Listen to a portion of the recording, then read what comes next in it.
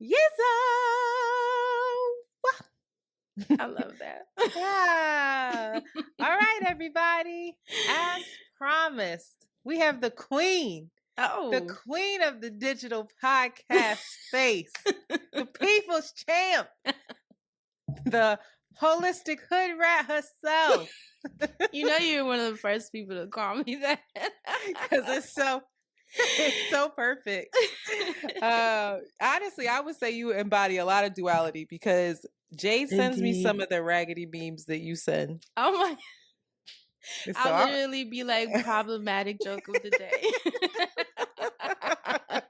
I'm like, if they only knew. I know. You coming out a little bit. I've been listening. I'm like, oh, Fran's starting to, she not caring as much anymore. She No, like, I'm gonna say I my stopped piece. caring a while ago. Yeah, because it's a lot to try to posture. A The older lot. you get, you just like it just is what it is. That part.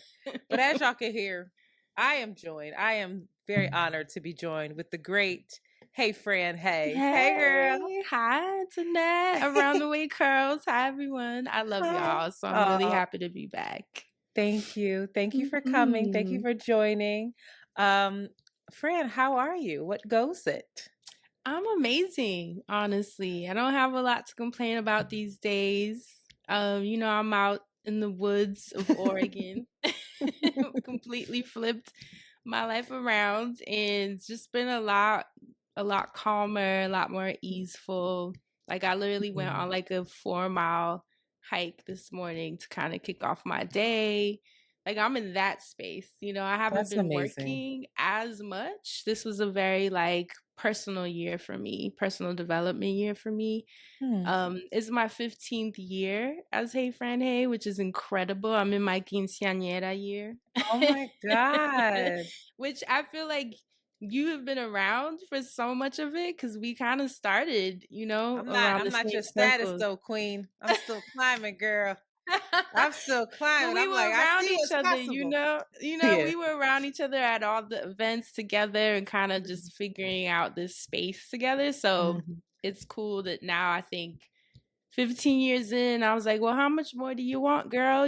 Like in this space, I'm happy with what I've created and contributed, but I also was like, I'm gonna take a little bit of a step back this year, kind of check in with myself and see how I'm Mm. feeling. Get some dental work, learn to drive, Learn cook to more, drive. personal shit that I love needed that. my attention. Yeah, so I I feel love that good. you've created the space for yourself to do that. And you also, it sounds like you are able to also take the break, financially Yes. and all the things. That's so important.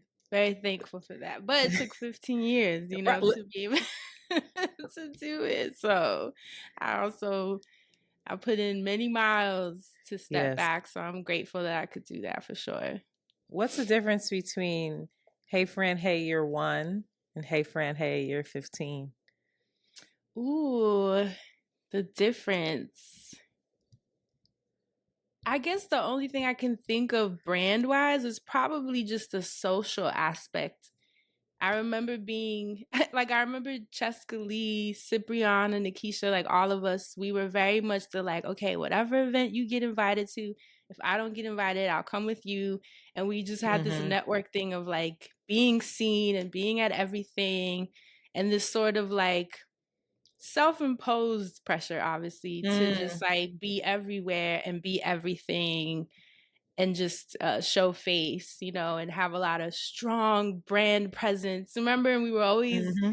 working on new projects, and it's just this feeling of like needing people to see you as much as possible. Whereas now, I posted on Instagram in January was my last post. I love it. Yeah, and the post had nothing to do with work. It was like I said, it's a very personal year for me. And one of the things I'm working on is showing up more for my friends. Hmm. So I went to see Maya, Shameless Maya, while she was in Toronto visiting because she's in Sweden now. I was like, oh, let me take advantage that she's a little closer and Mm-hmm. popped in, spent the weekend with her and her beautiful daughter Saga and her husband Max. And like that was important to me, and that's what I posted. Like it had nothing to do with work. And so I think that's the difference. It's just a pivot of pouring so much into the brand, and in year 15, I'm letting the brand pour into me now. So, Ooh, yeah, it feels nice. that's winning. That's when you know you've Sure is. won and you've arrived. Seriously. It's Yeah. just like this shit feels like a never-ending marathon right now. Yes, but you also have to be cautious because it can feel that way if you let it. Mm, Because a lot of my peers that I started with are still in that feeling, and I just opted out. So I do think while you do have to grind, I mean, money is money. This is you know, you talk about all the time, capitalism, it's a system we're trying to work through and work with. mhm, But I've also sacrificed. I'm not as wealthy as I probably could be if I was. Imagine how much more money I would have if I was in everyone's face every week, mm. or pivoting to every single platform I could possibly be in. So I sacrificed a lot as well, by opting out and choosing to have a quieter life that's not so much based on my presence online. It's so important. It's like the guy that I'm dating, he kept saying to me, he said, "Yeah, there was just a point where I realized I'm working to have more time, not more money." Right. And I was like, "Oh." He was like, Right. "Obviously, you got to get to a point where you got the money to have more time, but like once you figure out what that sweet spot is for yourself, Listen, the extra is a blessing, but if I can maintain that and have some peace and let some me tell quiet, you what. I'm like, yo, that's it right No, there." it's true, and it's interesting success because like I started getting more money, and then I was getting more campaigns, and then it got to a point where I was like, okay, so what else? Mhm. And then I hit all my markers I had set for myself, for my savings, retirement accounts. I hit everything. Then I noticed when I would hit it, then I would move the goalpost. Mhm. And so there was this feeling of like, am I ever actually going to be okay? Like, do you hit the number where you feel okay? Because even my friends that are multi millionaires still be stressed. And Mm. it almost feels like it don't really end. You have to actually choose to not play that game because it does not end. And it How did shows up in smaller ways, like, even your homes. You get this, like, now I live in this home. Mhm. I never lived in a house before. But then now that I'm here for a couple years, I can see how I'm like, oh well, if I had this and a bigger that. And it's just like, girl, chill, Yeah. you're How did you blessed. come up with your sweet spot? How did you find the sweet spot for money, for the house, for the all the things? What was that Um decision making like? Honestly, I can't even say if it's a sweet spot because, like I said, there's still always that sense of Mm. raging panic in the back of your head. It's the raging part. It's still there, but it has nothing to do with me, if that makes sense. Mm. I know that that's just the system we're in, that you're never going to not have that raging panic at the end of the day because there's always Ugh. more to have, more to make, more to do, more to pay. Like my taxes, the amount of taxes that I pay is outrageous. Like it's Mm. scary Mm. sometimes. I get so much anxiety around tax season because of how much, it is, and the more successful you get, the more you're The paying. more. And I think if we saw it actually being used in our neighborhoods, then maybe we wouldn't feel so anxious. But it's like Mhm. it's not benefiting me, it's not benefiting my neighbors in a lot of ways, so I don't know. No, it's just a lot of it's just destructing other countries. Here we go. Right. Here I You go. know? Can't No, I help it. mean, you ain't Can't never help lie. it. Well, you have been, I think you are and have been an inspiration to both Shanti and I for a very long time. Thank Really. you. And as I've gotten older and gotten more clear and more of Shanti has rubbed off on me, if I've gotten so much more um grateful to have you in my life and to be able to just remember like, oh man, that's an option. Like sis really Right. picked up and left and said, this is how I want my life to feel. I did all the hard work. I ran the race. I crossed my finish line. Right. I'm good. I want to get out. I want to get off the merry-go-round of it all. And so that is something that I've actually been thinking a lot about. You are somebody I think about. Maya, somebody I think about, even though I think that she has a whole lot of Maya can't stop, won't stop. But I feel like she loves it. I don't know Maya like that, but I'm like, Maya can't stop, won't stop. Every time I look at her something, I'm like, she didn't figure out another way to edit, another way to create. It's just like, girl. So she's over there with a whole A relationship whole other, that yeah, a whole both of other them thing to just figure support each out. other, and it's they're so dynamic. But Yeah. yeah, I mean, I'm grateful. I'm grateful to just bear witness and let it be an inspiration. So thank you for that. I mean, I just like everybody appreciate else on the internet hype about you and looking to you as their North Star. Like, how do I get free as well? How do I put my feet in a hammock? How do I Right, do these things? right. How do I Speaking wake of, up and go hike? did you see the hammock video of the guy on Of it? course I did. Everyone tagged me too. I I saw did you. too. I was like, this is I Fran in disguise, y'all. saw. Fran wants That really hammocks is on the bus. me. Or He he said, was like, "Where's "Where the does it say sign?" I can't have I was it?" like, she feels like the type that if you do go hiking, you probably have a hammock, like a I small one. absolutely Of have a course. All portable right. hammock. I actually did a campaign, my last campaign. Oh, plug it. There you go. Portable hammock, y'all. It was last year, I think, or the year before last, and I had a hammock in the campaign. Like, we literally went on a hike, and I sat on a hammock and read. I was like, this is where I am right now. I love you, yo. So y'all can have y'all Birkin bags and all that shit. And my bag is a hammock. Get your priorities straight, I mean, okay? I'm still a tourist, so I still like, my I was about to material say, because you things. still like nice shit. I seen Okay. you. I've seen Yeah. it, but with What moderation. the last dinner we all went to was me, you, Crystal, Jade, and Oh, right. Kia. What And was all that y'all had after? y'all hot girl bags. And I was like, well, I have a tote. I remember that. I was like, 'Cause we had them all on the table and it looked like, Crystal was like, oh. look at us. We all got our bad bitch bags. And I like sunk in my seat a little bit. You and Shame. Dustin like, Shame. oh. Me and that's like, you gonna eat that wing? Cause these bitches, they want some different shit. Anyway, what's an update for me? Updates, I guess, right? I just had my first therapy session right Oh my before this. goodness. Um, Really? yeah, I'm sticking with her. I had one before. She was a Christian therapist, didn't know, wasn't gonna Okay. work. Next up.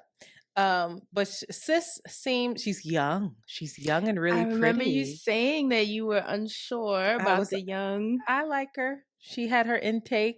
We talked for a while. She asked wonderful questions. Hmm. We're gonna see. She's not the heavy-handed auntie that I wanted, but Crystal talked me out of that. I was gonna say she wasn't giving Toni Morrison, but it No, seems like you're okay I'm accepting that. okay. And then she was asking me about feeling fragmented.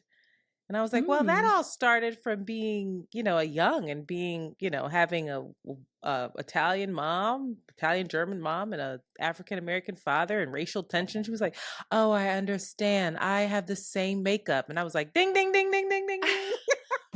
I said, not another angsty biracial. And I remember you saying that you kind of sniffed that on her, but you weren't sure. I thought, it's Confirmed. something about us. I was like, sis, it's giving angsty biracial. She seems like a J. Cole biracial, not a Drake biracial. So Okay, so good signs. good Good sign. signs. We're gonna stick it out. I I'm like rooting for this. her. So yeah, it was good. I don't know. It was the This first is one. exciting because it's like I think it parallels even your relationship where it's like good people are Mhm. coming into your space now, Yeah, good people that are. yeah, that's a beautiful thing. Good people are. I hope. Yeah. Yes. A lot. I think I have to deal with that. I did say to her, I said, I have a lot of great people in my life. A lot of people who I thought, not a lot, but a couple people who I thought would be here in this are no longer. They had to Mm. exit. And I don't know that I really grieved that. And like, and so, yeah, it's like, it's weird. We call these things in, right? I've been calling in this relationship. I've been at Mhm. my altar, and now it's here, and I'm like, whoa, wait. You're Huh? like, "Am I Am I ready?" ready? Do I have the Yeah. tools? What am I I feel doing? like people don't talk about that enough. A lot of us call in a lot of things, but are you actually prepared not only to receive it, but to also contribute to their, like a Hmm. healthy or communicative man? It's like, how is your communication? Because you Yep, might have just been concerned about the man this whole time, but have you checked in with like where you're at and all that? You know what I mean? girl. Because What am I they'll kick it pouring up. back? Mm-hmm. Yeah, so that was one of the reasons why I gave her. She said, why are you seeking out therapy now?" And I said, "Cuz I'm in a Because one of I the need to. healthiest relationships I've ever been in, and guess what? Mama is crazy." And I And that's thought the I was best when you ready. realize that. You be like, holy shit, has it been me?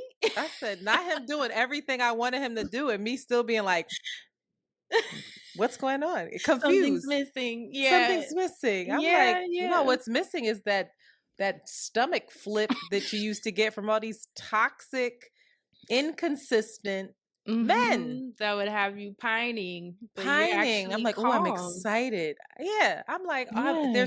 there's nothing. He's consistent. I always know how he feels. If I called him right now, he'd answer or text me Right. right back, say, "Hey, babe, I'm doing da da da da No da." games. It's No just what games. it is. And people say that healthy relationships are really boring. I hear that a lot. Cause it's like you're not energetically, you're not like at a tug of war, which is usually what Hmm. keeps that blood flowing, and that fear in you of like loss is what keeps Yeah. it hot. But There's when other y'all are excitement good, to be had. yeah. I looked at him the other day, and I was on. Let me shut up. He gonna curse me out. But I was like, when, what, how do we get here? Because I said, wait a minute. I said, I don't remember you asking me to be a girlfriend. I just heard you say it in front of somebody, and I was like, oh, okay. I guess that's where we're at. I said, you have to court me. We have to be excited. You to ask Like we me. have to date. We have to do things together. Because And y'all he, are already cozy and like in it girl, 5 years in. after the third, I wouldn't even call it a date, blink, because Mm. the first date wasn't a date. I kind of tricked him into it, and then the second date was kind of like a date, but it was still like a hang. And then Hmm. after that, I was like, oh, we go together. I love that though, because it's like when it's right. I know, I What love it else is there too, to but discuss? we playing house already. We gotta do a little something. We gotta get out in these streets. And he was with it. He's like, oh, reset. I'm courting you. I was like, okay. I love it. I can't wait to meet him. I'm I really looking know. forward to it next time Yeah. I'm home. Yeah. Yeah. Jade met him. She Jade and told Tristan me. met him. Yeah. She said he's awesome and He she's is. just genuinely excited for you about where Mm. this is going. So I'm look at your face. I'm ready. I'm ready to meet No, I'm him. excited. I'm excited. We have a little FaceTime chat. It was me, him, and Shanti FaceTiming during the whole beef. It's so funny. Just the whole beef calling And each that's other. the nicest too, when not only is he feeling good in your life, but like your friends just genuinely gravitate and everything's Yeah. cool. That's a nice feeling too. Easy. So I'm He's happy easy. for you. God bless him. You know what's not Hmm. easy? The Jerrod Carmichael show. I heard Oh you my talk about God. this. It's not easy. I didn't hear you talk about it. Let me take it back. I know that y'all are talking about it on the Patreon. We are. We And so I are know you currently can't give away a recapping lot. Okay, you're recapping it. No, you can't give it. away a lot. I am fitting to pay for this Patreon No, because I can say whatever you need us to say because we have been very, especially because Dustin and Asante that's genuinely hate the show. that I knew they would. They I knew hate it. So they it's would. like such a funny conversation to have with them because they hate it. I'm in the middle. I can't say I love it. I love it. I think he's very shock jockey kind of frat boy energy of like Beavis and Butthead, like He can be. it's But just can it's you a, see why? There's like a developmental thing with like he's such a hurt boy. well, It's that's such the a thing. But I'm like, is he doing this to then watch it back and see himself and do something with that information, or is it just I hope. entertainment. Like, I'm trying to understand the angle of putting all this out there. Even just him exposing his shadow sides, right? The fact that he's a Mhm. terrible friend. Like terrible friend. He He's a was good to terrible what's his partner. face? He Who? was good to Jamar? Was that the comedian friend with the Oh, mohawk? see, I'm not there yet. I just Oh, finished the episode with the dad, the road trip with the dad. So that's you're gonna episode feel 4, I differently believe. the next Okay. episode. In a The good next way? episode, you're gonna see him in a different. They're showing all his mess first, and then they're showing you the other side of The him. light at the end of okay, this is Yes. a story arc. Okay, well I hope then, because I didn't finish. I didn't, there's episode 6, because but according episode to 5. Justin, that's not that's not I'm how so. he's feeling. I, listen, I think regardless of how what Jerrod does with it, it is an invitation. I feel. I'll speak for myself.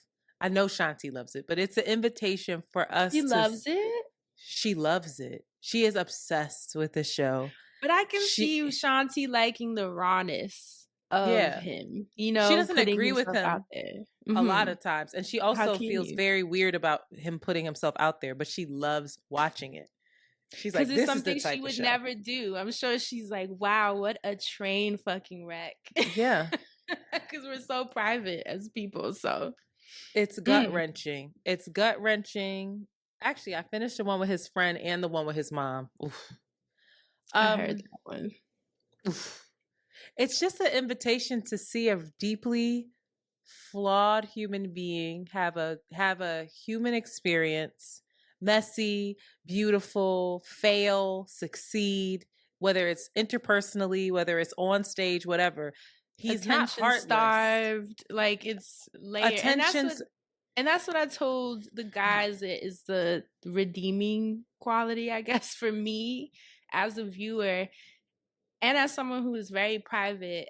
Don't share my L's. You know what I mean? I mhm, don't open my life to the internet. I view the internet like that's work. I mhm, don't post things about my family. I don't post things about my relationship. Like that's just work, and then I mhm, live a separate life. So for him to weave the two in such a deep way, where he's showing you even down to like the trauma his dad caused with the separate family and trying to confront that on camera, it's like there's an element of that, like you said, it's like, wow, he's putting it all out there, even the ugliest parts of him that we all mhm, have in different capacities, mhm, um, but would never expose. Like, we all are shitty friends in some way. We mhm. fall short with our friends and our family, but I would never like talk about it online or make a series out of So it, like how courageous in my and that mind. part I agree that's interesting to me. Somebody that would do that would be like, here's all the ugly shit that I Mhm. actually am. And it's like, here's an invitation for you to do an audit on yourself while you watch this, Right. while you judge me, Mm-hmm. and rightfully so. But like, also, can you also identify? I think that's the thing. I'm more interested in the collective's response to the show and less the show itself, because I'm like, are y'all seeing the parts of him and that are so deeply harmed and like in need of healing Mm-hmm. and identifying with his humanity? Like, are we doing that? Like, of course he needs to do the work, but can you even have some empathy for him? Can you see any of that? And if not, what does that say about us collectively? That's what I'm Right. more interested in auditing, because so many people wrote it off as soon as he was kissing white feet. It was like, nope. But that scene was rough. Like, That whole first episode, I was like, even I was like, I don't know if I really want to see yeah, it's this, like, but we have to for work. But Sherrod, what's happening? oof, it's just You, it's a tough watch, but it I do is. like it. I like that it's challenging. It's something about this also refreshing, with Mm-hmm. what we have to watch nowadays. So Yeah. I'm in it. Please let me know what you think after you see the episode with his Mom. comedian friend Oh, and the okay. I think mom. that's the And the next mom. one. Okay. Let me know. We'll I think you're going to be see. like, Oof. also, I would like to say a big congratulations to Miss Fran. Mm. because she won a Webby. I did. Oh my God, thank you. Fran is not Shout out just to the two behind the of us. mic. Yeah. Ew. But this is a big deal because you produced this show, right? I So you're did. stepping into a whole new we talked about it on Hot Shit briefly, but this is a Mhm. whole new lane, I feel like. And I It was a feel like pivot for sure. it's a pivot, and I feel like you're about to do more of it because you don't want to be all up in everybody's face anymore. And Right. so how dope is it that one of our leading voices is now empowering other voices in the space? So living for we, what category did it win for? I'm sorry, I forgot. DEI, Oh wow. diversity. Yeah, which interesting, Bad right? word now. Right. Damn. I was like, She won the woke ooh, award, y'all. I sure did. No, that's good. I don't care what nobody say. Living for we, and we did have some people hit us up and say they listened and that they really enjoyed it. So Oh, shout out to thank you. you. That means a lot. Yeah, it was a Um, complete passion project, you know? Like what I what Go is your ahead. connection to Cleveland though? Wait, Well, that's should we what's say what it is yeah, first? We didn't yeah. even say it. Okay, so I'll just read it from the NPR Oh, website. please. Come on. We talked to Cleveland's Black women about their experiences at work, at school, in the doctor's office, and in the community, which with each other, in an attempt to answer the question: is Cleveland really as bad as they say it is for Black women? What? Yeah. Interesting. And it was based on research that came out. You know, when mayors are running and it's an election season, they love Mm-hmm. to, especially if they're already the current mayor, they love to kind of show the work that they've done, you know? So this mayor hired a research team to create like a livability index to show where people fall in education, in the workplace, the healthcare system. And the numbers were actually really low for Black people. And Black the people. researcher, right, the researcher noticed that the mayor essentially just cared about the white numbers, which were good. But she was like, wait a minute, what about these numbers that actually showing that this city is terrible for Black women? And mind Hmm. you, she was talking about Pittsburgh, but it inspired her to look at the country as a whole. And as they put it together, they realized that Cleveland was Oh. dead last in the country as a city, a livability city for Black women, where the infant mortality rate, I mean, in everything you could categorize, they were dead last. It was really, really rough research to put together. And so so they thought, how do we make this into a podcast? You know, how do you do that? Mm-hmm. How do you take this information that's so heavy and then it's about Black women? How are you going to get the grant? How do you get the attention? How do we get people that are commuting and normally listen to podcasts as an escape? Mm-hmm. How do you get them To to tune listen to in. this, to tune in? And that's when they hired me to be like, Fran, we have this really dense research, really heavy topic, and we believe that you can help us format it in a way that would be palatable to the masses. Hmm. And I remember going through the research and being like, oh my, okay, this is, this is Daunting. interesting. Yeah, so I didn't have a personal connection to Cleveland, even though I did go to Oberlin Hmm. for college in Mm-hmm. Ohio, which was 20 minutes from Cleveland. So Yeah. that there was that small connection. But outside of that, it was more so the challenge. We can talk pop culture. We can do HBO recaps for, insecurity. But what about when you have some real life shit? Like Mm-hmm. real life where the world actually needs your talents in a completely different way. And I felt like that got put on my lap for a reason, especially Mm-hmm. because as I'm getting older, I'm just like, what more can I offer, from like the heart in like a really deep way. And even just stepping back from the more visual aspects of this digital space and more so like the heart centered aspects of the digital space. And I felt like the timing was just great. And that's why I Hmm. took it. And yeah, so the fact that it won a Webby was like huge for Yeah. us, like what? A Yes. testament that you were indeed the right person, and that is indeed the right space for Right? you. Very affirming. Very, very affirming. So people that feel like their passion projects or the things they're interested in. Or I always tell Antoinette I love when she talks politics. Like, even though I know she must think that some people find the information too dense or serious, but I it's don't like, think it. no, They say girl. it. But Some it's people be so like, important, but it's so good. Like, I love it. I love it because you can hear how passionate you are about it. And at the end of the day, to me, that's what sells it. You know, it's yeah, so good. So yeah, I'm proud and congratulations to Can't thank you, Afford Therapy for 2 thank Webby you. wins. So that's a Nuts. beautiful thing. Yeah, Yeah, why the shout out Webby to so us, expensive? bro. Mind I you, this said is my 3rd win, and as you can see by my bookshelf, there are no Webbies. you didn't buy one, No, because it's a Fran. lot. They're really pretty though. Well, I'm being sent Good. my Webbies supposedly, so we'll see. I'll keep you posted. You'll You better. to see. I We'll have to see be if they honest. actually do I it. did. This is a toxic trait of mine. The guy that I'm seeing has 2 Webbies. And I remember when He I went to does? his house, he does. I went to his house and I was like, "Oh, these are so pretty. What are these?" He was like, "Oh, they're Webbies." And I was like, "Oh."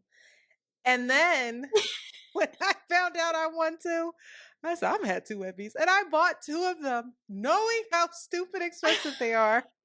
Just to be like, "You No, ain't but the that's only one." important. No, but I Is think it? it's It's important. not. It is and it's not. It's not because at the end of the day, let's keep it real. That's a hustle.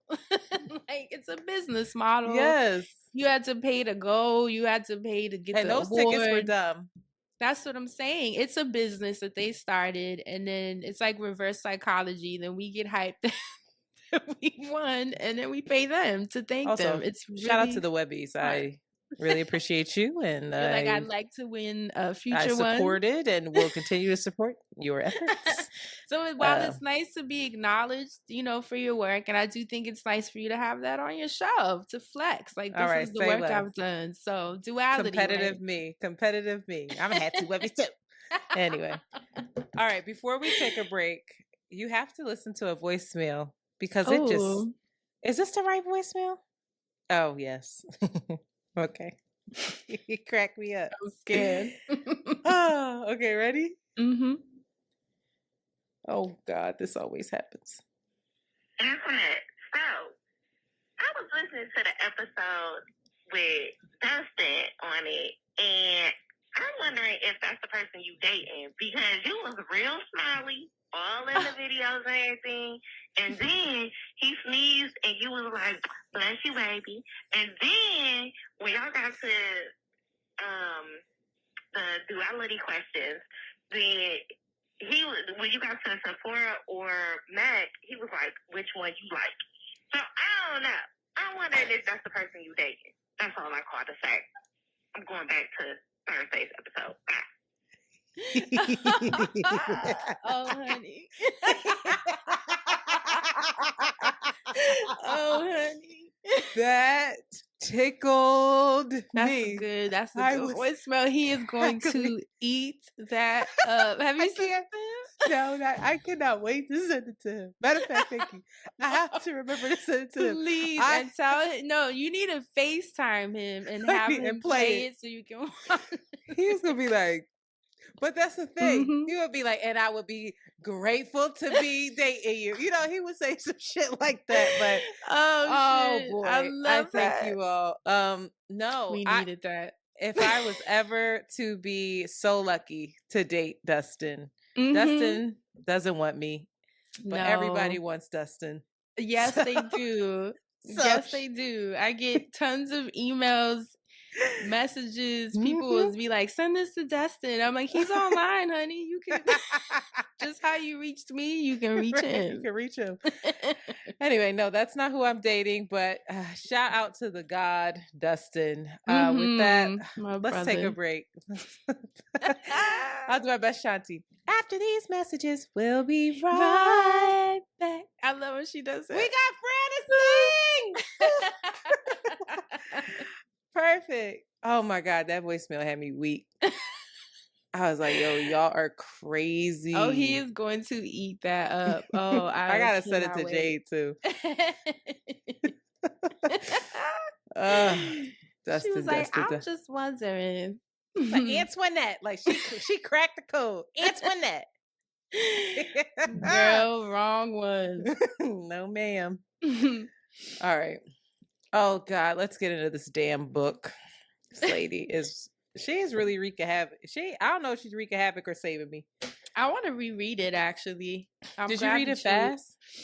I won't say I read it fast, but I think when you know how books change depending on when you read them in your life, I feel like I'm so much more grounded in this Portland quiet life. I'm curious like what I'll take from it in this iteration of my life. So I'm going to read it again. Good. It's like a devotional to me. I'm like, I could just pick this up. I pick it up, I read a couple pages and I put it down because I'm like, let me sit with this passage. Right. But she's that type of writer too. So it's so, I get that. Oh, God. And I think that I'm just in a place where I need to hear all of this and it all applies. So it's overwhelming. Does she have an audiobook of it? Yes. And she reads it? This here Flesh, I know she has an audiobook of Black Liturgies because I was listening to does she narrate it? I would love to hear her read this book.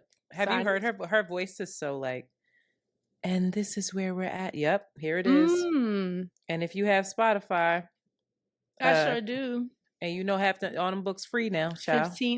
15 hours a month, I think you get. That's amazing. Yep. Cole Aurthur Riley is right on here. Oh, how perfect. I'm going to go for a walk later and throw her in my headphones. I love you. Go for another walk. You get them steps in. You're inspiring me. I'm going to go for a walk. I'm going to go for a walk to Prospect. It feels nice. It's rainy here and cloudy. Here in the East Coast hasn't been that pretty. There hasn't been sun in a billion years. Okay. All right. Ready? Yep. And we are back. Of course. Wouldn't be right to do an episode with Fran without being woo-woo. I was going to say. Antoinette was like, we doing politics or woo-woo? I was like, whatever you want, queen. What's it? Woo-woo. Woo-woo. Well, what's funny is I'll be doing politics later with Mandy. Oh, wow. So that'll interesting person. She's going to be like, I don't care. Interesting choice. No, I can't wait. I was like, we talking about duality? Let's go.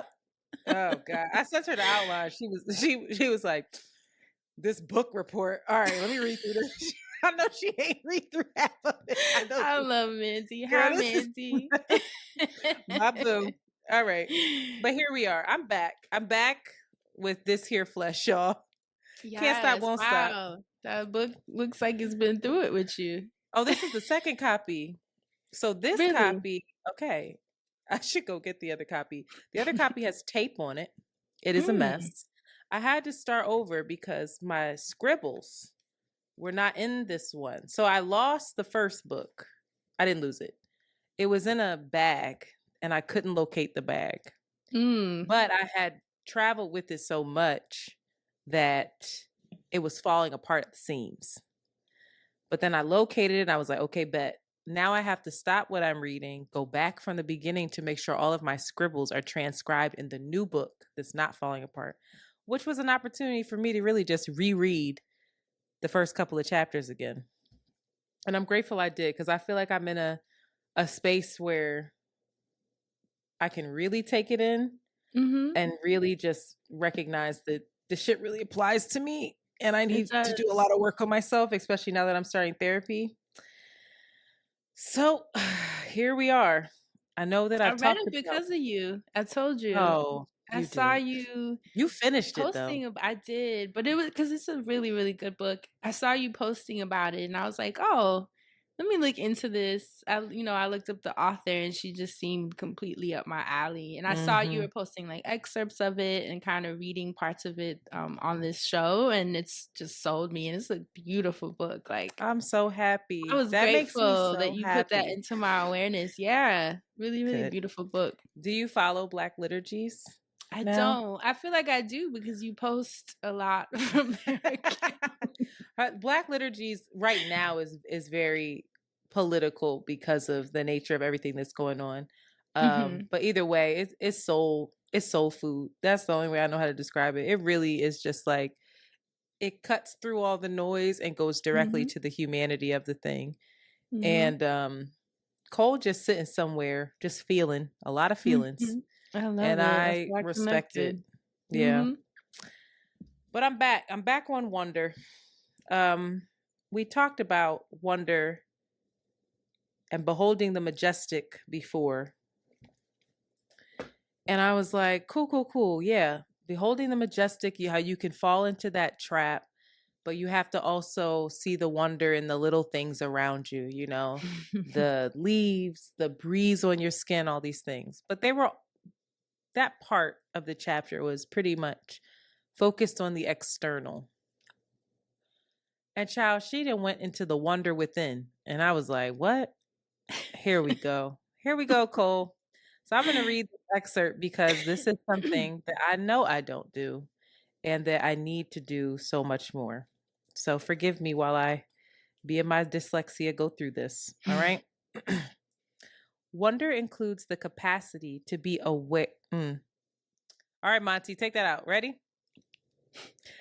Wonder includes the capacity to be in awe of humanity, even your own. It allows us to jettison the dangerous belief that things worthy of wonder can only be located on nature hikes and scenic overlooks. This can distract us from the beauty flowing through us daily. For every second that our organs and bones sustain us is a miracle.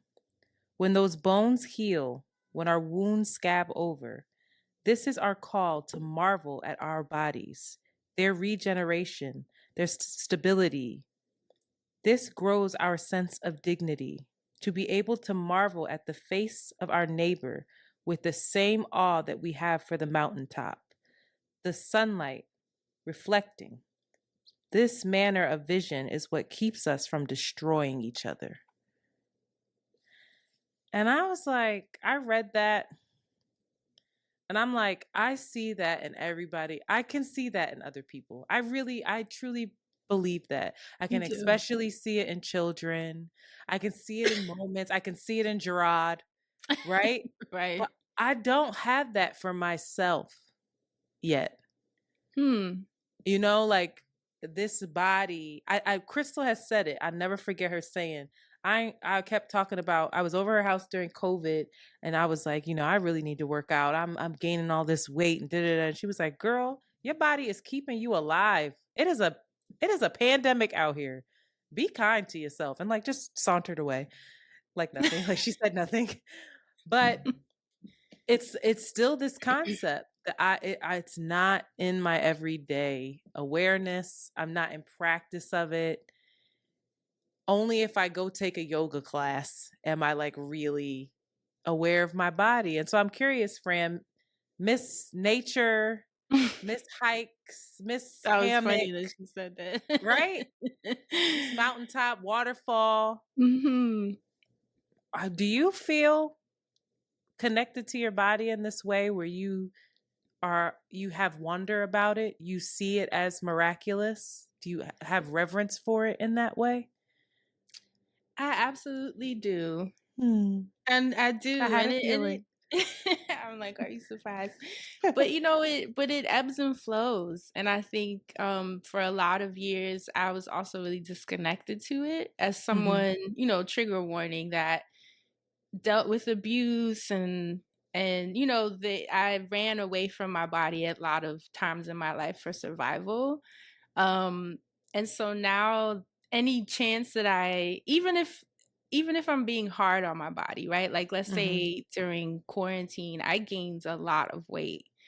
I wasn't able to go to the gym, and you know me, I've been an active person pretty much my whole life, just always working out or running. Part of the identity, right? That was part of it, and so when quarantine hit, just in these past, I'd say, what has been 3 years since quarantine, I've gained like 50 pounds. And that was really interesting to me because at first I was kind of like, whoa, girl, like this isn't you.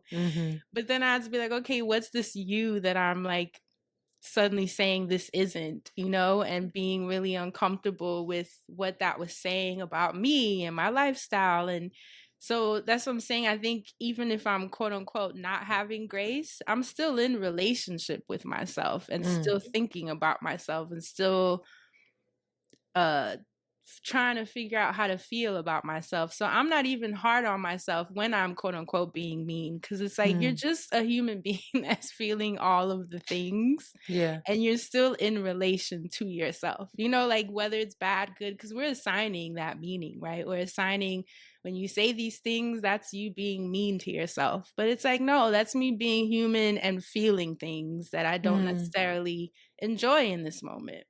And so I try not to assign meaning. I think that has helped where, sure, I beat myself up sometimes. And then I'm also really kind to myself other times. And I have had to get back into routine. That's a lot of why I moved out of New York, because I was like, I want to be in nature. You know, it was less about just like hitting the gym again and trying to lose the weight, but more so like I want to go for walks. I want to ride my bike. I want to age gracefully. I want to reconnect with my body, and like, you know, ease is my favorite word. I wanted to bring that in to my life in as many ways as possible. And so, yeah, like my body and I have been in a very tumultuous relationship for many years, but I think we just have an understanding that it's going to ebb and flow. So I don't know if that makes sense, No, but it does. yeah, it's okay. I'm okay with that. Honestly. I think that's so important. I think I I didn't bring this up, but I've been feeling a lot has been going on in my personal life with family, with friends, with everything. And I've been grappling with whether or not I'm disassociated or whether or not I've submitted. And I've accepted things for what they are in this current moment, and recognize that like this is a season. Gotta weather this. Keep putting one foot in front of the other. Do what you can, what's in your capacity, and keep it pushing. And I don't know whether or not I'm either fully disassociated and losing my fucking mind, or if I've really gotten a grasp of like the ebb and the flow. And I think that you've grasped that this is a season, like whether you're super up and you're feeling in your body, or whether you're, you know, a little more critical of it or questioning it. And but it's not a forever thing unless you make it that, right? Yeah, and I think it's the like as someone who for the most part is pretty grounded, and I do eat well and I will go out, you know, like I know what it's like to be quote unquote consistently good to yourself, and that is a really good feeling. But I think in the moments where I, you know, quarantine, COVID, like life happens, breakups, deaths, whatever, you know, financial strain, cross country moves, the world, the global information we're constantly being fed, like the genocide. I mean, there's so much stimulus outside of what you think of yourself that can kind of push you in and out of how you feel, where it might not even be how you feel about yourself, but just how the world is feeling in its totality. And I think that's what I've surrendered to, like just flowing with it. Like, you know what, this, like I said, I gained my 50 pounds. There was moments where I was, and you know, I started eating meat again. Like I was eat Popeyes, and it was, and I remember Bad my partner would influences on you. laugh. Yeah, my partner would laugh like, "Ooh, one of your fans see you in Popeyes." I'm like, I know, right? That's so great, though. Like I love that. Yeah, like it's the humanity of the thing. Like, yeah, you might see me at Popeyes. Yeah, I'm gonna sit for hours watching Netflix, but then I'm also get it together whenever that is. And to me, that's the game of this. It's just like flowing with wherever you're at, if that makes sense. Yeah, that feels better to me. It's like I'm not resisting the thing, I'm just going with it, you know. Yeah, you're riding the river downstream. You know, feels better to me. Yeah, it sounds it. It's you brought up the genocide, and I love the last line of this, where she says, you know, this manner of vision is what will keep us from destroying each other. And I sat with that for a while and I thought, wow, how many people on Capitol Hill, in Congress, Netanyahu, What's the he going through? IDF, how many of those people are in their bodies enough where they feel God? And if so, if you feel that way, could you really do what you're doing? Could you really wreak this kind of havoc? Like, is this literally the answer? Is to like actually be able to recognize yourself as a miracle. Right. And if you do that, you can't deny that of someone else. You just can't. Right. Intellectually, it's dishonest. Yeah. They're just so disembodied. They can't even tap into that reserve. Yeah. Yeah, and it's hard because I have a hard time believing that people can be that evil. I don't know why. It's like my brain can't wrap its mind around it. So I'm always quick Because to be, you because I just are can't. embodying this. Right. Because it's So just like, exactly, what? you're like, this is intellectually dishonest. It How just do y'all doesn't doing make this? Yeah. sense. And even from the body, like in every level. And to me, I'm always quick to be like, well, maybe they're not of God.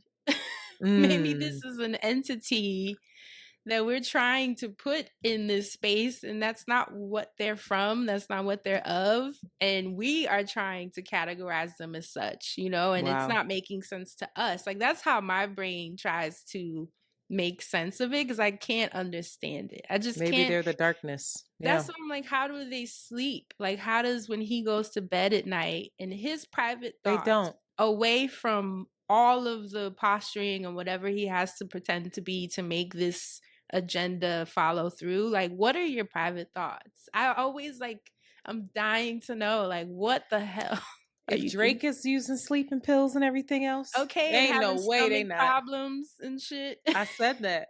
I said I was with a shout out to Olay, Oh yeah, Lauren she's and her killing podcast. it. I love her. Yeah, I she's was on killing her it. Olay and friends, and we were talking about that beef, and I said, we are hop, skipping, and jumping over the fact that this man's not well. Like, he's been talking about his drug use, the sleeping pills, his stomach issue, like Needing to take a break to check in on his health, and then didn't take a break and went right back on tour, which is just like, okay, what's really going on behind the scenes? I have compassion for him. I really do. He's that's annoying. a human being, yeah. Yeah, but yeah.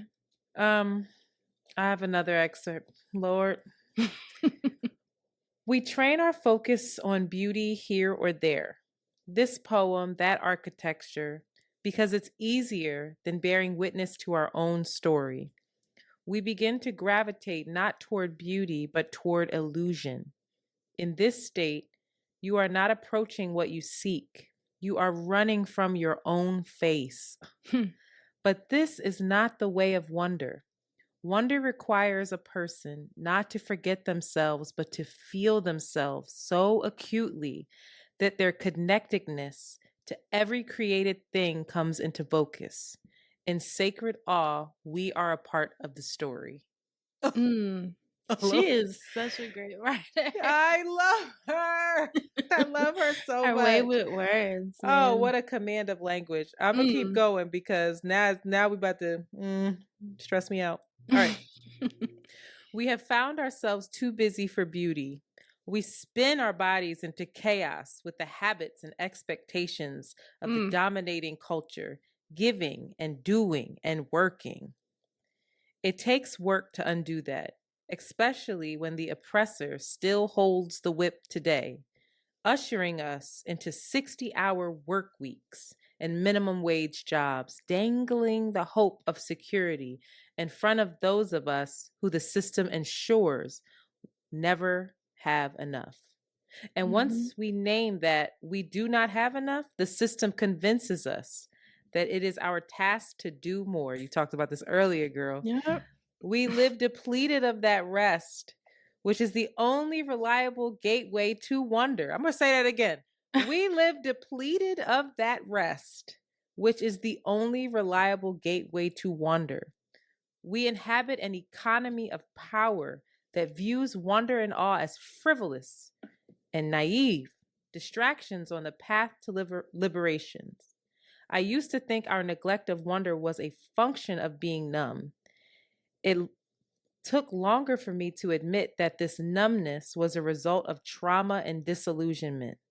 When you become accustomed to pain, it is not unusual to consciously or subconsciously habitually weaken your capacity to experience pain.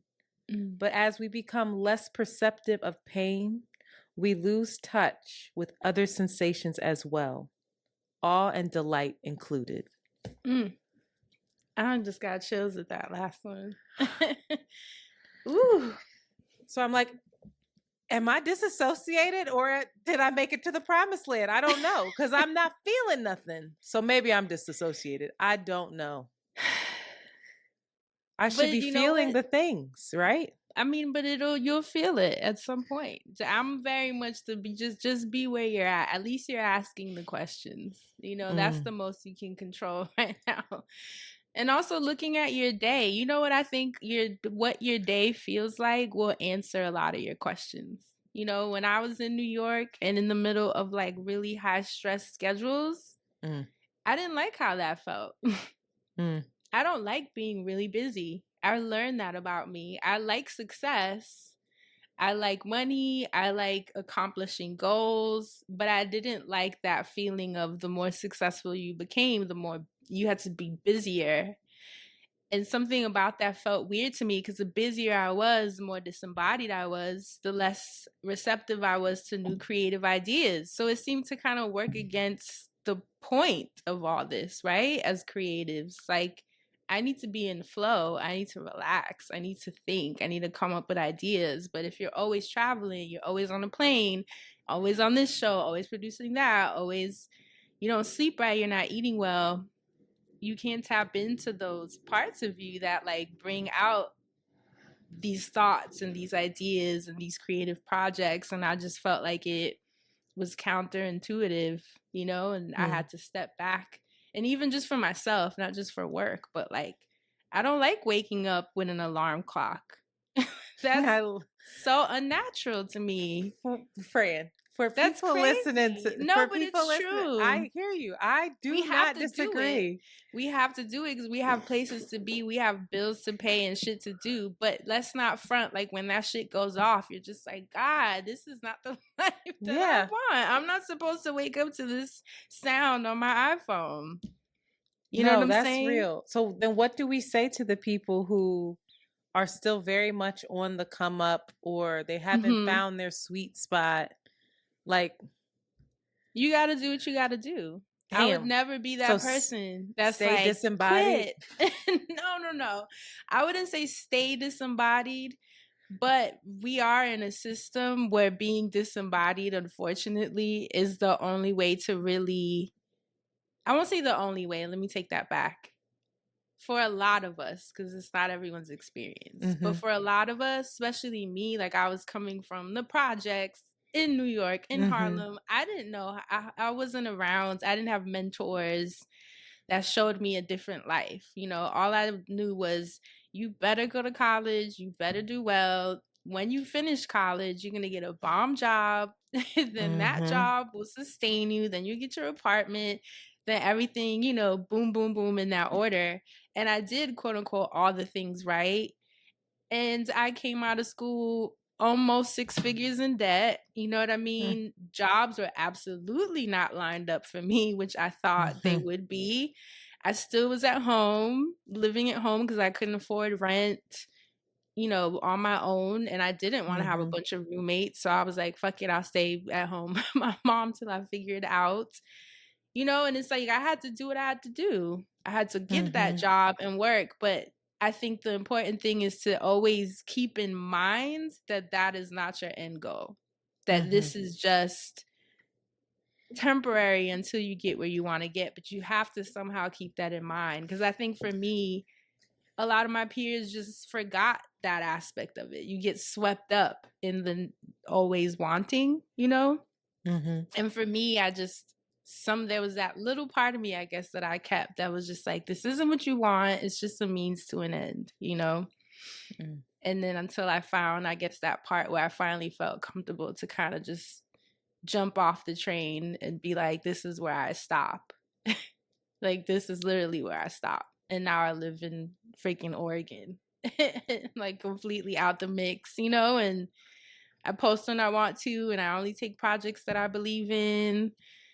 And it's just, you really have to just have faith. And I know that's the hardest thing to hear in this reality, right? Because it's like, yeah, faith my ass. I have bills and, you know, and gas to pay and car notes and all these things. But I don't know how else to really describe it. You just have to like have faith that every little step you're taking towards the life that you want is just opening you up more to that life, if that makes sense. Mm-hmm. Yeah, it does. You're like I'm me and my inspired. schedule. No, I swear to God, it's a mirror for me. I've gotten a little bit better, but also recognizing this is a season. I'm doing this month, so this month is a little crazy, but you Yeah, know, we all have this is a them. season. Yeah. But yeah, you are the goal. You are the. I really, I don't know what else to say. I mean, I love that she says. I love this part, and it was a revelation for me when she said subconsciously, when we weaken our capacity to experience pain, you know, as we continue to just That was put real. ourselves through this and through this and through this, you know, your other sensations are dull as well. So when Mm-hmm. there is joy, you You know, can't can tap you into really, it. right? Can you celebrate the Webby because you're already thinking about season 3 Mm-hmm. and how you're late, or Yeah. how the audience doesn't know if you're even doing it, you know, or yeah, but we don't have a deal. So yeah, this is nice. But what does it really mean? Like Right. that type of stuff. And I Yeah. see it in myself, and it's so annoying. And I want to stop so badly. And I have to rewire so much of my brain because I'm assuming similar to you, nobody taught me this shit, you Mm-hmm. know? And 36 years old reading it, you're like, damn. Everything that kept, going back to Crystal, all the things that kept me safe, right? Kept me secure, I now have to do away with because they no longer serve me. What? Right. That feels so incredibly daunting, difficult, and almost debilitating. Like, what? I'm not done learning ever? No, never. It's annoying, yo. But don't you think though you're in such a, to me this is such an important place in your life, because think Yeah. of our parents, right? They just did what they had to do, most likely completely Still doing it. disembodied, and Mm-hmm. you literally just hit it on the head and are still doing it. So you should look at the fact that you're 36 and be like, I'm grateful that I'm getting that feeling in my body that this is no longer working. Because that's Mm-hmm. information. That's letting you know, hey, this life you've designed, cool, we have savings, cool, we feel quote unquote safe, but like we don't feel good. So where's the pivot? You know, and Yeah. it encourages you to ask more questions. And to me, that's all we can ask for. Like, none of us have the answers. I didn't have a mentor. I didn't have the answers, but I listened to those things that kicked up. Even Mm. for the decision to leave New York, that was a thing that kicked up. You know, I didn't know where I was going, but something in me said, we don't want to be here anymore. This is Mm. no longer serving the experience that you want to tap into. And I had to leave all my friends, Mm-hmm. literally everyone, my family, my friends, like you said, everything you knew and set in motion. I had to leave all of it and trust that being out here away from everybody, even business, people were like, how are you going to get to stuff if you're in Oregon? You know, you Mm-hmm. have to be in New York or LA. Like that's the mix, you know? And I just was like, I don't know. I'm just trusting that that how I'm feeling is going to lead me to like better opportunities. And I've actually had my most financially lucrative years since I have moved here. So that was affirming for me. You know, it was like, it felt like God was like, right. Yes. Good job. Yes. You're listening. Good job. You're listening. And so that's what I mean about, yeah, you're disembodied. Yes, you got to do what you got to do, but just keep listening. Even if you're only taking one little baby step, I know Haas always says, follow the breadcrumbs, which I love that visual.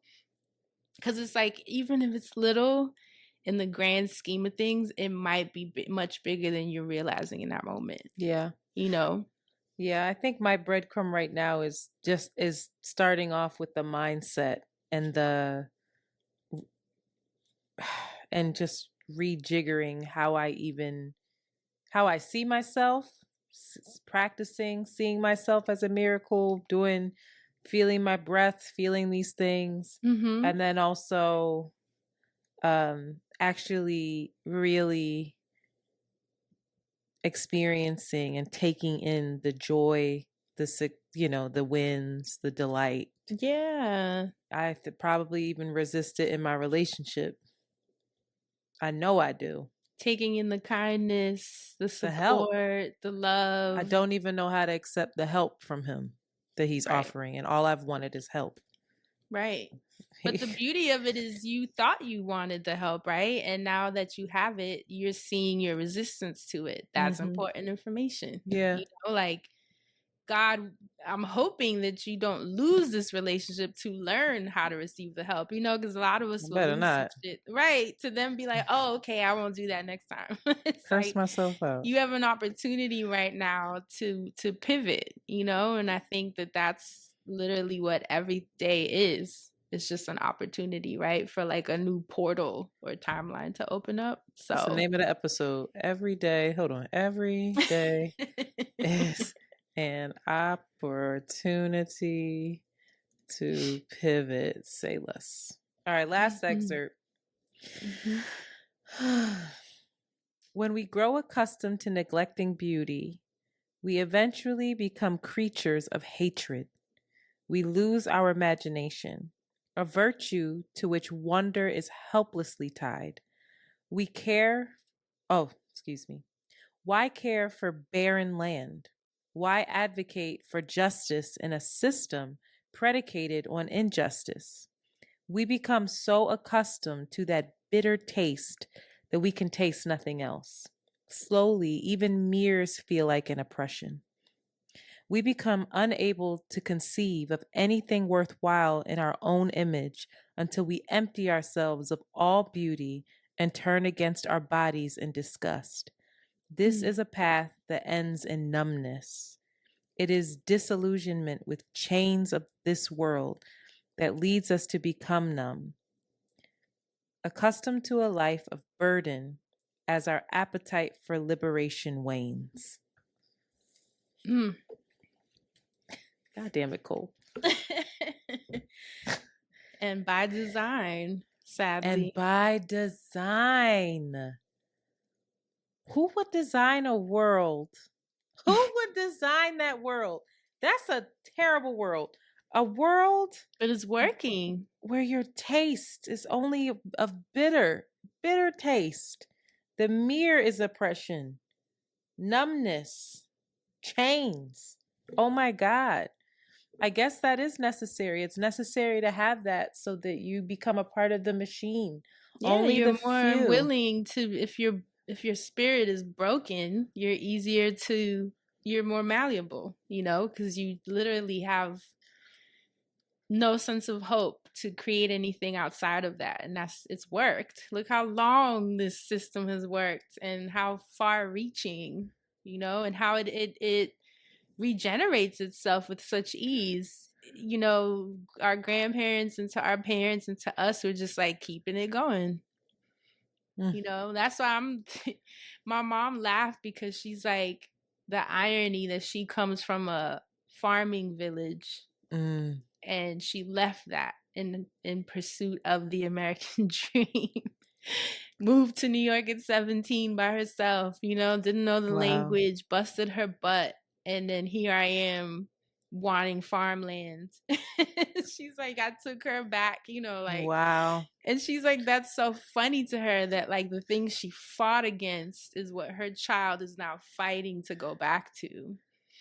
And it reminds me of that story that Paulo Coelho had of the fisherman and the businessman. You ever read that story? Yeah. And it's that the businessman telling the fisherman, if you do this and you sell the fish and you have a 401k, and then we'll do a corporation, and then you'll be able to have a peaceful life on the boat with the fish and your family. And he's like, but I do that now. Right. Like, I have a peaceful life. I have a peaceful life where I get my 2-3 fish and I have my family. And the businessman was kind of like, oh snap, okay. And I view that as my story. Like, my mom had to go through all that, and I'm trying to bring it right back to the basics. And I think that's what all of us are essentially pining for in this system. The last thing I want to ask us to do is use our imagination. When it comes to this world,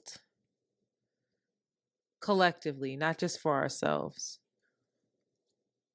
how do we envision a more embodied world, a more free world, and a more human, godly world? Whatever God you do or do not believe in, but a more grounded place. Right. In practice, right? Well, in practice, I can speak to that. Because I don't know if I have the answer to the world's solution, because this is such a, like we said, long-standing system. But in daily practice, being happy with what you have, I know that sounds so generic and Tumblr-esque, but honestly, that's the only R.I.P. way. to Tumblr, man. Miss you. I know, man. The OG. Being okay with where you're at and not always pining for more. Like, just like you said, you got the Webby, right? But you're already like, oh my God, with season 3, just enjoy the Webby today. Like, today is about the Webby that you won for the work that you've done. And take that in and be proud of yourself and talk to your body and be like, look what we won. Like, Dustin always makes fun of me because I talk to things. I think that everything in my life is sentient. Literally everything. This microphone, whenever we finish an incredible episode, I'm always tell the microphone, we did that, like my laptop, like just very present with everything around me that is coming together for me to have this experience. And as woo-woo as that sounds, it's almost like the universe just, in my opinion, the universe is just like, look how appreciative this person is for everything. And I think that that's how more comes to you, by just like not being so far ahead. It hasn't been like, just be where you're at and design it as you go. I couldn't have designed where my life is now. I didn't see this for myself because I didn't know it to see it. I had to just take each day as it came and stepped into it fully and let it kind of open itself up to me, if that makes sense. You and I are similar in that we can be very controlling because we love stability. Yes. And safety. Those are very important feelings in our bodies. But the ultimate safety is to just be thankful for like that beautiful apartment you have. Your cat is awesome. You get to do a show with your friend. Like, that is a blessing. You have a job that, even though it's, stressful and asks a lot of you, it's a job that pays for everything that you need. You're safe. You have your car. You have money to put gas in the car. Like, that should make you take such a deep breath. Like, whew, thank you, God. Thank you, God. I'm sustaining. Thank you, God. And tell him I'm thankful for where I am, but I am so open to much more. But I'm also really thankful for where I am. You're beautiful. You're so talented. Look at your show that you guys are taking a break from, but then it wins all these awards. Like, That's funny, you know? Yeah. Like I don't know, I just think I try to give thanks to all the smallest of details in my day. And that to me just opens the world to me, honestly. It's nothing for me to add to that because it's not. I'm not even going to attempt it. That is a clear indication that my mindset, I'm right. That's where I need to start.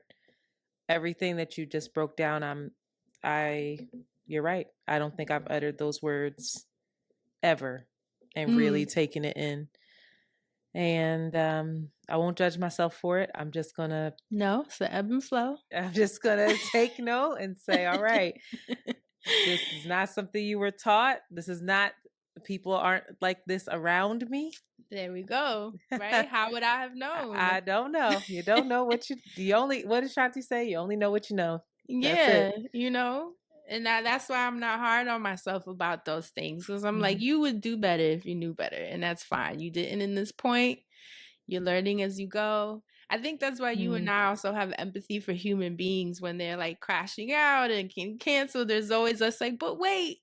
Yeah. What about? And people find that really annoying, or they might think we ride the fence or we are rape apologists or whatever terms people throw at you when you're someone that's always like, but wait, you know, and it's like, no, we are constantly seeing the humanity in ourselves. And I see how much I fail and I fuck up and then I get right back up and then I learn and then I do better. I get more information. I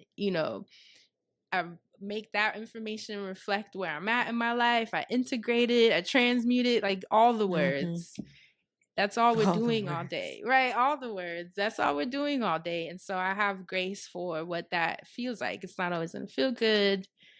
It's going to be ugly sides of us, lovely sides of us, abundant sides, more dried out sides, whatever it is. I'm just like, all right, God. It's that poem I love. It's called The Guest House by Rumi. Where Rumi views it like a guest house life. He opens the door. He's like, oh, hey, grief. Let me sit with you and have some tea. What do you have for me? You know, oh, hey, happiness. Come sit and have some tea. What do you have for me? And it's just that opening up to whatever this flow is today. Wow. Yeah, it helps because we can't control it otherwise, you know. That's the soft life to me. That's the soft life. That's the actual soft life, softening to life, not necessarily like the material aspects of it, but just softening to what life is bringing you today, as hard as you want to fight it. That's the soft life. Now I'm second guessing. Is this every day is an opportunity to pivot, or is it the soft life with Hey Fran Hey? I don't know. Something to think about. Won't try to figure it out in this moment, but won't try to control it. Won't try to control it, but that's it. That is the soft life. That is my therapist today asked me, she said, how old are you? And I was like, oh, I'm 36. She's like, where do you see yourself at 46, or where do you want to see yourself? Like, what would success look like to you? And the way I was like, time to rest. Outside of that, I actually don't know. She was like, what about career? What about your relationship? I said, I have no idea, girl. I don't know. Wherever they fall, they fall. She loved it. She was smiling ear to ear. Like, that's how I answer it. I'm like, I don't know. I'm here today, so she was dropping bait to try to see, like, how are you career obsessed? Controlling. Are you? Yeah, like, and I was like, I just want to feel better. I'm coming to you because I want to feel better. I want to be able to manage life better, and I know I need to rewire a lot of my thinking that has gotten me this far that I won't unlearn. I don't think you ever really unlearn something. It's just I'll utilize it when I need to. Yeah, differently. Yeah, those controlling aspects of you are really helpful. Like, you know, it's useful. It's just not in the pockets. When a project comes, that's what I'm saying. When Around the Way Curls needs to be on schedule or have the what do you call it? The paper that you send, the document, The outline. the I'm obsessed outline. with Thank you. If you have the outline, like those are the ways that controlling aspect of you is actually extremely useful. Mm-hmm. But there's also ways in your life that there's a lot of resistance because you're like, this actually don't feel good here, so we might need to move this over, and that's the reconfiguring. I feel like reconfiguring feels more realistic to me. Yeah, than like I have to stop doing that. It's like, no, I gotta find where I can use you better. Well, I might owe you for a session. I don't know. I might. No, what you need to do is come hang with me in the woods sometimes. I really do. And let's embody that. You're saying you want to feel better in the future. You gotta also you gotta let your body know what that feels like. Give it a compass. Give it a GPS. Like, think about it more. What does that look like? What is ease? What is that life? Picture it so your body knows what to like look forward to. It's funny. She asked me, do you see yourself in New York? And I said, that was the one thing I said no. Ooh, you knew immediately. See? They well, owns a house here, though. Go. And I'm like, what are we gonna do? You gonna sell the house? What are we gonna do? I don't know. He gonna be like, girl, what? Trust. Like, this is new. No, yeah. I don't know.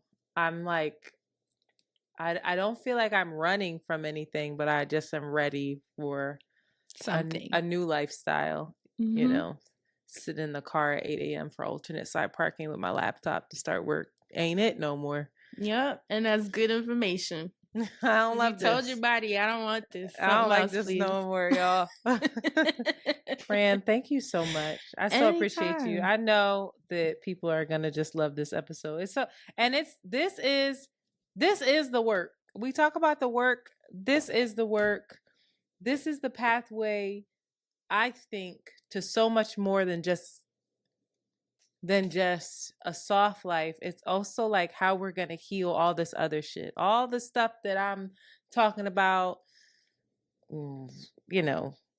incessantly about genocide and, what's happening in Sudan and Congo that we haven't even gotten into, all the things. It's like, well, this is the pathway to us not doing this, to us being better humans, being better people.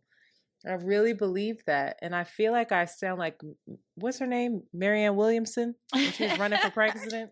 Nobody wanted to hear her, but I was banging with someone. But she was saying, she was saying some real shit. But you know what? Because it's hard to take that in the middle of a genocide. Who the hell wants to hear you be like, just try to think of yourself and how you're feeling. People like, no, there's people dying. Like, we need a plan. I don't have time for myself. Yeah, we need something tangible, not like your woo-woo feelings and ethereal worlds, And so I get it. I get that aspect of it. But what we can control is how we feel, right? And I think if everyone did that, the world would be a much different place. Much different. It's because we're like I think of it like a grid. It's like an electric grid. If you worry about your grid and I worry about mine, the grid will literally start to change. Thank you so much. You are so loved and appreciated. Thank you for your time on this Friday. I love that color, by the way. That green is really nice. I was staring at it. Even my office, I was like, I want to feel like I'm in the woods. Yeah. I was like, it's giving treehouse. I don't know if it is. But here we go. It's really pretty. It's really pretty. Fran, everybody, you know where to follow Fran. I mean, it's kind of silly, but Hey Fran Hey everywhere. But what you can and should do is make sure you go listen to Living for We. Check that out. Check that out. That's available everywhere, right? Everywhere you get your podcast. Everywhere. Yep. And yeah. Thank you. Thank you. And thank you. You gotta write a book one day, maybe. Maybe when I'm old. Old enough to it. I read it. When I'm old and in the mood to work or something. All right. And with that, we are out.